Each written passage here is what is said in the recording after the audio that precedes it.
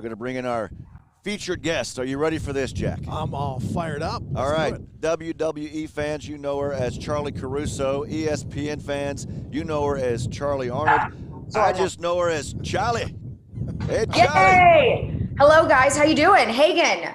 It's very windy. My favorite sports director I've ever had. My only sports director I've ever had. JB, were you rolling on that? I hope so. Charly, I know you've got like 17 jobs, so thanks for the time. You got the new podcast, First Take, Her Take, three ladies rapping about sports. So let's get right to it on this one. I got some questions for you. Let's start with the quarterback matchup. We're talking about Patrick Mahomes. We're talking about Tom Brady, different generations. Which of those two guys has the most swag as you think about not only on the field but off the field in their lifestyle? Well, first of all, you know what I love about this is that Tom Brady literally could be Patrick Mahomes' dad. I mean, legitimately, he could be his father.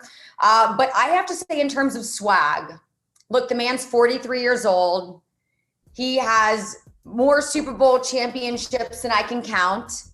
He's married to Giselle. He's now living in a beautiful, warm, sunny Tampa, Florida, living his best life. I'm going to have to say the winner here is Tom Brady. House, right? Derek Jeter's house. Where do you get the money for that? He's just probably renting it. Charly, $1 a month. Yeah, no big deal. Pocket change. I mean, I'm on that level now, so I understand. Well, what's funny, yeah, I know you are. When you think about the world of the WWE and each guy and gal, they have their song, they have their attitude. Can you think of any NFL players, maybe not necessarily in the Super Bowl, but in the league that could pull off being one of those pro wrestlers and have that same kind of machismo, if you will? Well, of course I can think of one, and he plays for the Bucs, and he also was in WWE already for a short amount of time. I actually interviewed him at this past year's WrestleMania. That would be Rob Gronkowski. I mean, the man knows how to talk. The man is absolutely, he's a lunatic in the best way possible. Again, I can relate.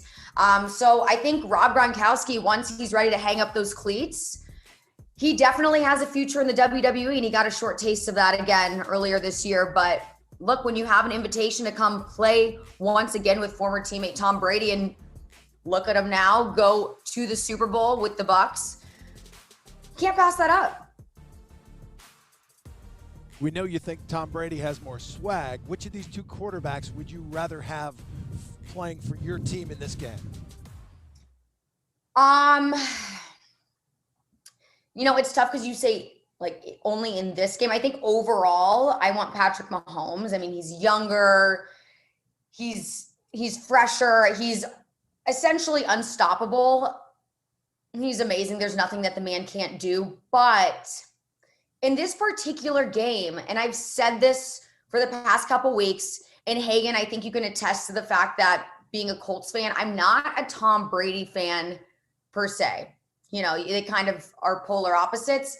But I like Tom Brady in this game. And I have something inside of me, as much as I hate to admit it, that I think the Bucs are going to pull this one off.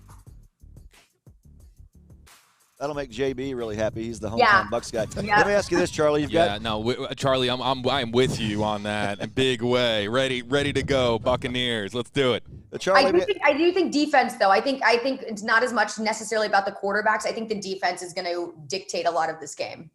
Charly, you're like a trailblazer. You've done so much in your career, and in roles where it used to be only men would be, you know, beside the wrestling rink asking the questions. You now in this Super Bowl, we're going to have a first ever female official. Last year we had the first female assistant coach in the Super Bowl, and obviously, like you said, women love sports just as much as men. Through the years, we've seen that.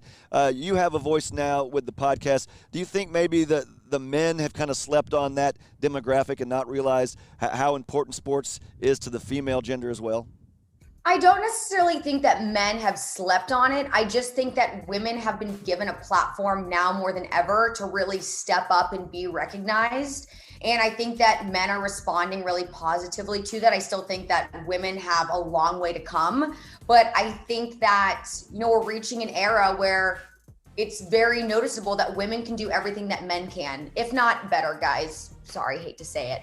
No, I'm just joking. But, you know, First Take, Her Take is ESPN's first all-female driven podcast. So because of that, and also the fact that they really believe in all three of us, myself, Kimberly Martin, and Chiney Ogumake. They're really putting a lot of time and energy into helping us become successful, because I think at the end of the day, it's not only what you're able to do, but the people behind you who want you to win. And those are that are pushing you in the right direction. And that's how I feel being at ESPN.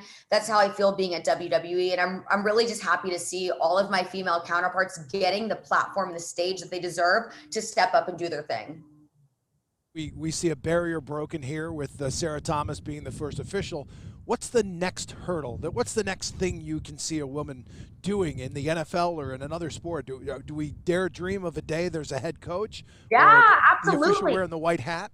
Yeah, no, I was absolutely, because and her name's escaping me right now, the San Antonio assistant coach. She had the opportunity to step up. Yes, a few weeks ago, and that was the first time there was a female head coach, acting head coach in a game, which was incredible. But I would love to see that in the NFL. And I definitely think we're headed in that direction. I mean, we're seeing females taking positions of all sorts on different teams and, you know, in terms of officiating. And I don't think we're that far off from it. I think we just need to get more women in the game where it becomes more of a reality, because if there's only a couple of women here and there, they're still very much outnumbered by the men. But I think once it's more saturated with women, they're going to be given so many more opportunities because the competition is going to be that much greater for the guys. All right, Charly, last thing for you. You can get a shot here of me and Jack. He's a little bit bigger than me, but everybody is. Steel cage match. Who you got, me or Jack Doles? Oh, wow. Oh, gosh. Well,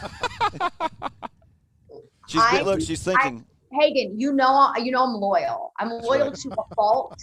And sometimes you got to go with the underdog. Yeah. Okay, I'm going with you. All right, get that script written by somebody at WWE, and we'll make it happen. Charly, congratulations on all the success. We'll look for you on ESPN First Take, the podcast First Take, Her Take, and, of course, WWE. Always great to see you. Now go do one of your 12 Hagan, I think jobs. I'm going to be in Tampa this weekend, so look for me there. Dinner's on you. There's no question about that. Done. Awesome. Let me know stuff where there. it's We'll find you. Hey, that's Charly Arnolt, Charly Caruso. Call her what you want, but don't call her late for dinner because girl can eat.